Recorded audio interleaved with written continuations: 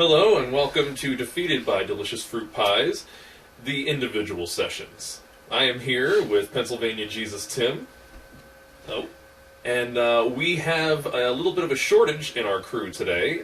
We were having technical difficulties on Sunday, so we were unable to do the actual podcast. So I figured we would do this short, so you'd have at least a little something.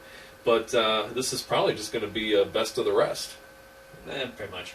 So we'll do a shout-out, and I have one from Rich in New Jersey, who says to remember the Frogman, and that is in reference to our last week's episode where we talked about terrible superheroes that we wanted to eliminate from the universe. Oh, that one. We had actually talked about that a little bit more, and this apparently the Scourge in the comic book series got all of these horrible comic book reject villains together and got them into a big job. He had all of them oh, we're gonna have this great job for you, and then he got them all into one area and just started slaughtering all of them. It's one of the best comic book cleanups of all time. Wow. Yeah, so that's our shout out for this week. If you would like to send out any shout outs, please remember to go onto the website www.defeatedbydeliciousfruitpies.com.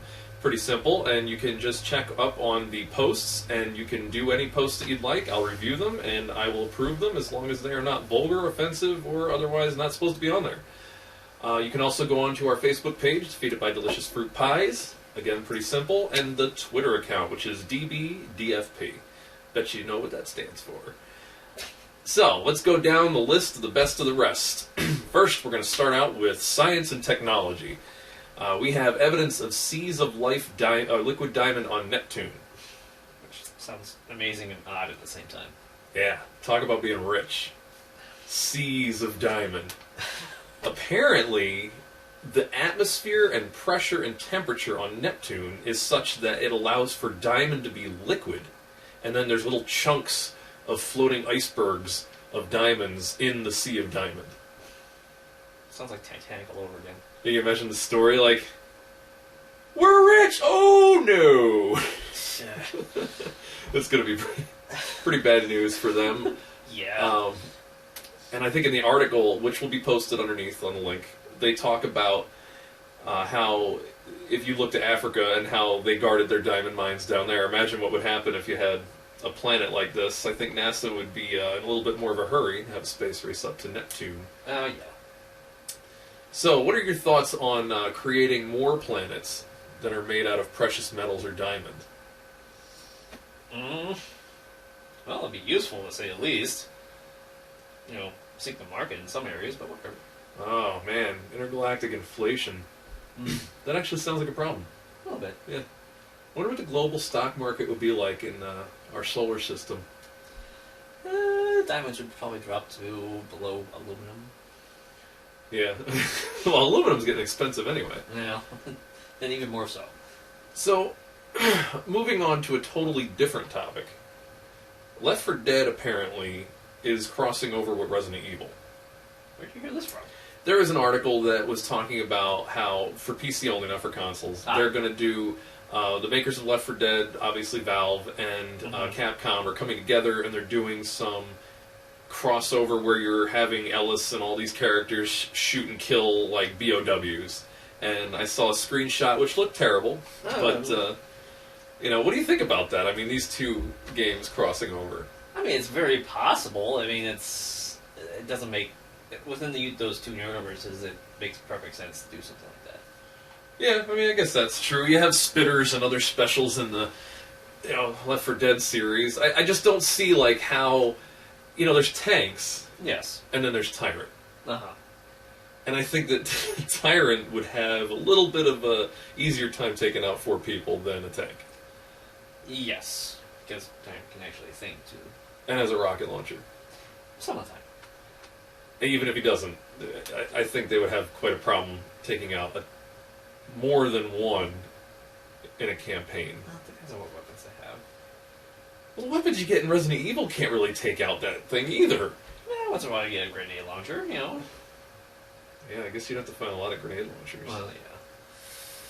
Very true. I'm still excited about it. I mean, I think I'll try it out. Oh, hell yeah. Speaking of good games, This has come up on every episode so far. We always talk about DuckTales. Yes. Woohoo! I have to do that every time I do that. That has happened every time. So, they are remastering DuckTales on consoles. So, for Xbox Live Arcade and for the PlayStation 3, and maybe even for the Wii U, if they ever decide to put games on that, they're going to have DuckTales. Sounds interesting. I've actually never played it. I've seen plenty of other people play it. You have never played DuckTales for the Nintendo? To my knowledge, no. What were you busy doing? Final Fantasy, maybe? It was for Nintendo. Something. I know I was doing something at the time. Man, I just never got the game. that game I remember being so much fun. We rented it from this little video store. It was just called Our Town Video. It wasn't even an actual video store chain. And we would rent this for $5 for a week or whatever, and we just keep renting it over and over again so we keep playing it. So I'm pretty excited about it. I think it's going to be good. I saw a picture of a difference between the old one and the new one. It now looks a lot more like a cartoon and not so much 8-bit. I actually saw a working video of this. Does it look from the video, does it look like a Flash game? No. Okay. Because that was my worry. That was my concern, is that it was going to be too much of a Flash game. You weren't going to have, the feel of a video game. You're going to have the feel of kind of like a cartoon. No. It looks gorgeous, actually. Nice. It looks like it controls just like the original with a couple extra mechanics. Good. Well, they said they were sticking pretty closely to the original game, so Yes. good. Mm-hmm. That's something to look forward to, actually. I am going to go over a little bit later on about other games, but first, let's talk about the online card game that Warcraft is going to have. Blizzard announced they were doing a free online card game system, and anybody can join up. It doesn't require the monthly membership for World of Warcraft or anything like that. All right. And you can get collectible cards. Obviously, there's going to be things you can pay for. Yeah, but they have to make their money somehow. Exactly. But it's pretty exciting. What do you think about doing an online card game? Sounds interesting. Their card game I'm not overly interested in. If Wizards did something like that. I just don't see how it's that much different than Magic. It really isn't. I'm just more accustomed to Magic than... Pennsylvania Jesus likes Magic, but Warcraft is heathen? I wouldn't say heathen, I'm just saying... If you were allowed to have all of the available cards to make decks for free, then how would you feel? I'd be a little more prone to play it. But still, I'm just not overly familiar with Warcraft. That's fair. That's fair. Walking Dead, obviously, I'm not going to talk about the series too much because if you don't know Walking Dead as a series, I don't know where you've been, but it's pretty much one of the most, if not the most popular television series right now. But the game, Walking Dead Survival Instincts, just came out last week. The reviews were not positive. I've heard. I have heard, unfortunately. Now, I know somebody who actually did a pre-order for this game and was very excited about getting it, and I did a buyer beware speech to them, and I'm not sure how that's going to go, but well, I gotta say, this is one of those I called it, and later on we're going to have segments where we look back 6 months ago and see if we were right or if we got to eat crow pie, but I definitely called this. the game might have done better if it came out before the other Walking Dead game. Right, for the Telltale game. Mm-hmm. Telltale is also working on the sequel to it, and I think that this was kind of they were hoping to suck up some of the money as a bridge between the two, and also to appeal to Call of Duty fans, because it is a first-person shooter, and Telltale game obviously was Choose Your Own Adventure in the style of more of Strong Bad or King's Quest, something like that. So, however, trying to appeal to that fan base, I think also failed due to how poor the controls were, especially in the demo, where you are, I'm not going to spoil it, but in a situation where the controls aren't really that helpful. Yeah.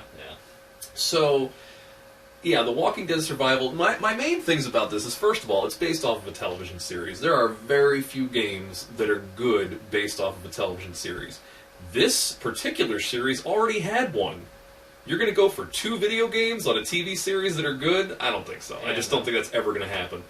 And the second thing is, I mean, not to knock on Activision too much, but like they're really not content-driven games for the most part. I'm afraid not. It just was what it was. Yeah. I feel, So anyway, that's survival instincts. I don't think we need to belabor that anymore. No.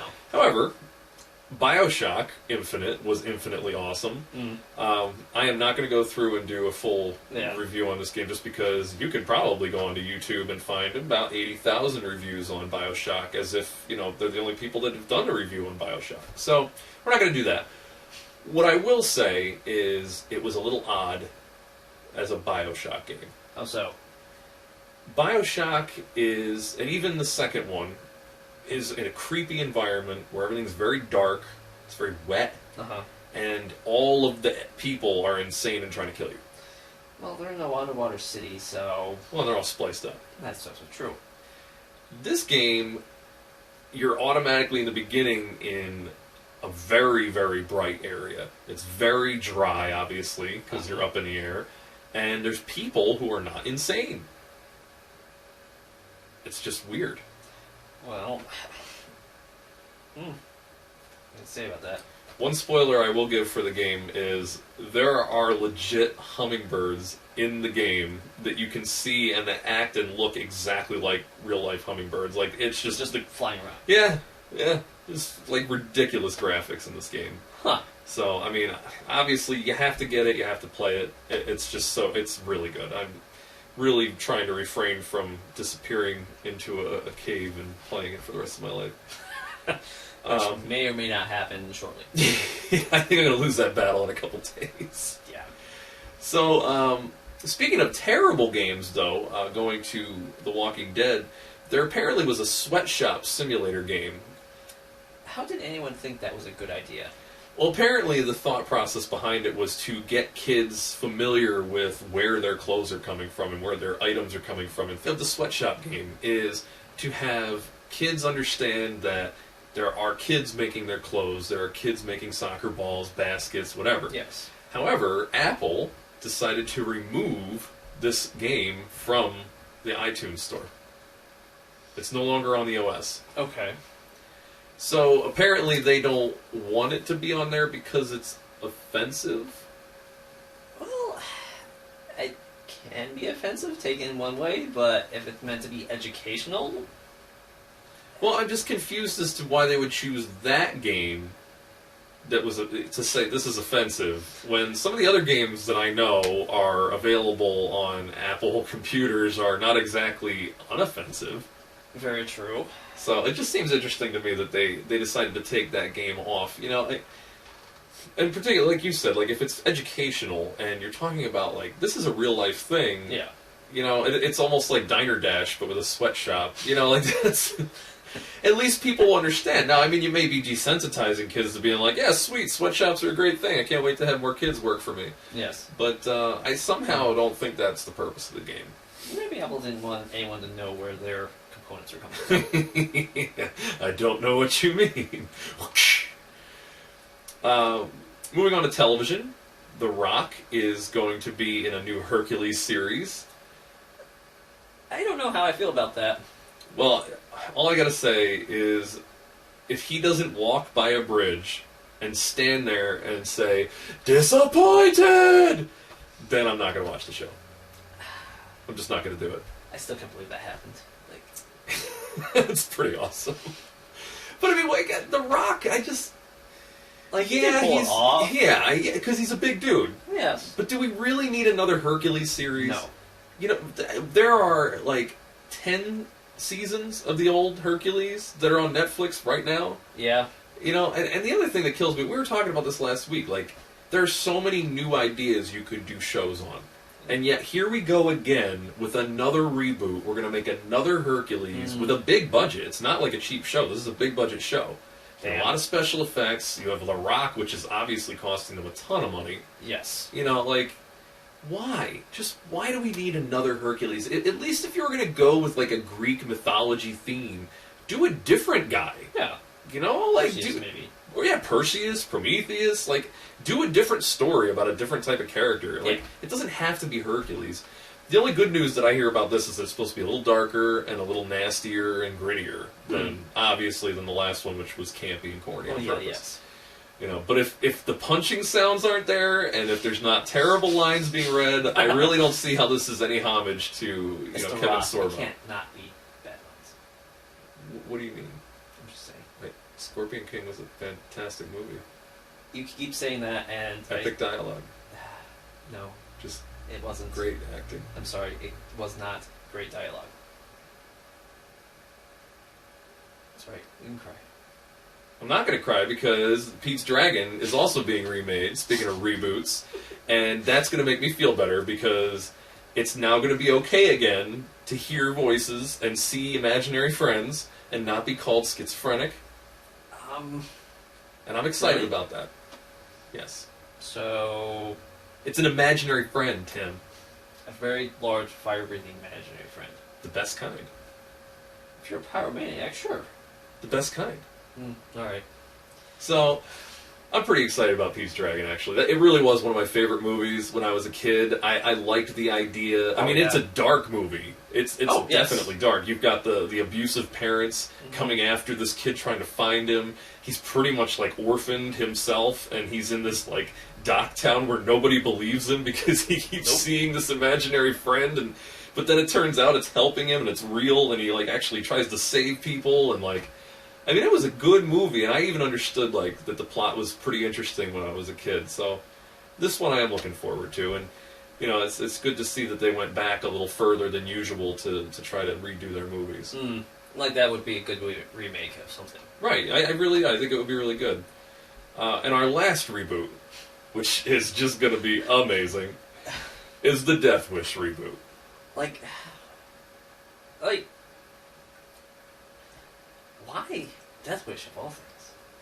I don't know. That actually has been a long time. The Death Wish series was like a 10-year span. It was from like 1978 to 1988, and there was like 4 or 5 movies, and every one of them had Charles Bronson in it. True. And it was fantastic. I mean, here was a guy who ordered machine guns and rocket launchers in the mail, got them delivered to his house, and then killed punks over and over and over again. Why can't we do that nowadays? You don't order stuff like that. Well, you know, it's just not the world that it was back then, I guess. Yeah. It's a much more boring world. Doesn't have awesome things in the mail. I mean, if I saw an Amazon package and it was this long and it had like a scope as soon as I started opening it, I'd be pretty excited. But well, yes. you know, it's not where we're at. But yeah. The other good thing about the Death Wish reboot is they are really keen on having Bruce Willis as the star. That will be amazing. Yeah. Bruce Willis is a superhero, right? Like, At this point, yes. Yeah, he doesn't play one. He is one. The reason why they couldn't get him in the Avengers was because, like, he didn't get written into the Marvel Universe, but he already is a superhero, like Bruce Willis, man. So, Bruce Willis, running around as like, an old guy who's kind of angry and had, you know, his daughter murdered by a gang. I don't see how you could go wrong on this. Sounds like the other movies. I don't see how you could go wrong on this. I mean, it's just perfect. The whole series is going to be perfect. So, Bruce Willis, Death Wish, I hope he accepts. Bruce, if you're watching this, which I know you are, you have to do this movie series. It was made for you. Don't grow a stash, that'd be weird. But be that guy. It would be weird. And kill punks, because, you know, that's what you should be doing with your superpowers. Or hipsters. Because, and that was another video I saw yesterday. There was a video of Charles Bronson killing hipsters and punching them in the face. But like, you look back at the movies, and these people they're dressed in the same exact kind of clothes, but then it's just doing voiceovers. Like, the one guy was saying, like, hey, is that coat from, like, far time ago or vintage? And he goes, no, this coat's from now. And he, like, punches him in the face.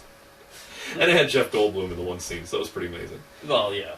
So, that looks like that's the best of the rest. That's all we have for this week. Please comment either below on your screen for the video, or, like I said, go onto the Facebook, Twitter, or onto our actual website, www.defeatedbydeliciousfruitpies.com. And you can comment, you can post, give suggestions. And next week we will actually have another podcast for you, which we will have the returning of Jesus after Easter. Until then, we'll see you around. You'll hear us around. Mm-hmm.